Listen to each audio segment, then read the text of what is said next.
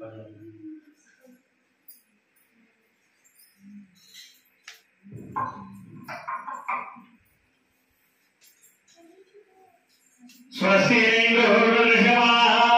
स्वस्ति न मुखा विश्ववेदाः स्वस्ति न साक्षरवनिष्ठनेमि स्वस्ति नो बृहस्पतिर्ददातु।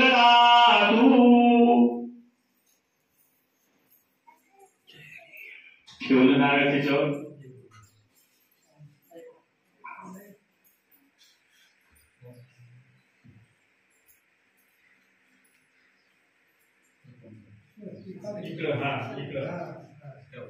स्वस्ति विनाशाय पुण्यज्ञानमस्तु अनंतमत शांति प्रिय छवे। घटाला 4 दिशेला गंध लावायचा आहे। घटाला 4 दिशेला गंध लावा। खालून वरती कुंकू ओला करायचे। ऋग्वेदो यजुर्वेदो सामवेदो अथर्वणः गंधर्वाणेषु आवियो चंदनं समर्पयामि। नारळाच्या डोक्यावरती गंध लावायचा आहे। आकाशात प्रतीतोय यथा गच्छति सागरं सर्वदेव नमस्कारं केशवं प्रतिगच्छति। जमिनीला गंध लावायचा आहे। जमिनीला गंध लावा। गुरुजी थांबा, काय करू नका। जमिनीला गंध लावा। भूमी कुर्मामे देवता भ्यो नमो नमः सकल कामना सिद्धतो घटदेवता प्रियमान नमः। फूल ठेवले। माल्यादी सुगंधी मालत्यादी प्रभो मया रथानि पूजानि पुष्पाणि प्रतिगृह्यताम पुष्पं समर्पयामि। अक्षर व्हायचे। आचरण समर्पयामि।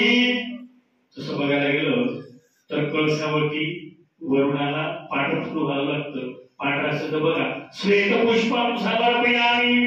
विष्णूला पांढरं आणि पिवळं फुल चालायचं। सकल कामना सिद्धम, काही हरकत नाही।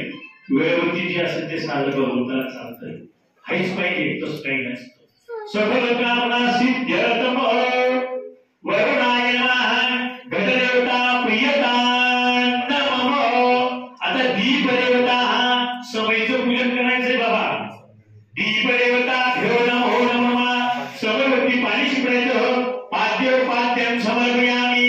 दीपदेवता भ्यो नमो नमः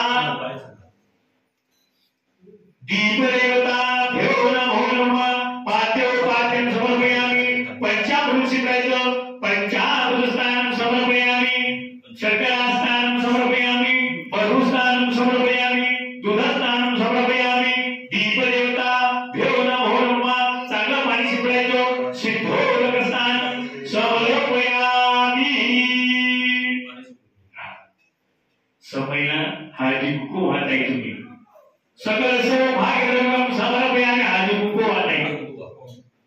दीपदेवता भ्यो नमो नमः। तुम्ही अक्षर व्हायचे बापूसाहेब। अक्षरं समर्पयामि। हात जोडायचे।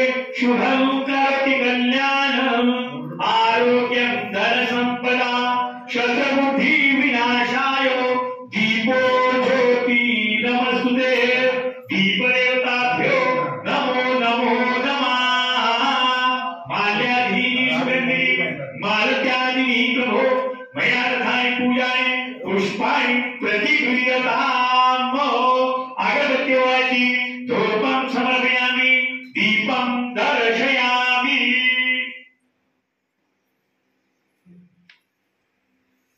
हे बघा, आता आपण घट म्हणजे काय, कलश। अगोदर आपण गणपतीचं पूजन करतो। गणपती पूजन हे कशासाठी करायचं असतं की आपली चांगली सुरुवात किंवा आपल्या कार्यामध्ये कुठल्याही प्रकारचं विघ्न येऊ नये त्याच्यासाठी आपण गणपतीचं पूजन करत असतो। आणि गणपतीला अधिकारच पण जीव ठेवलेला आहे की बाबा सुखाचा कार्यक्रम असो की दुःखाचा असो, अगोदर तुझं पूजन होईल, नंतर तिथून तुझी सुरुवात सगळी होईल। त्याच्या अगोदर आपल्याला गणपतीचं पूजन करायचं। आणि घट म्हणजे आता हे वरुण आहे, कलश पूजन आहे। या कलश पूजनाचा अर्थ असा आहे की आजपासून 7 दिवसाचा आपण जो सप्ताह पाळतो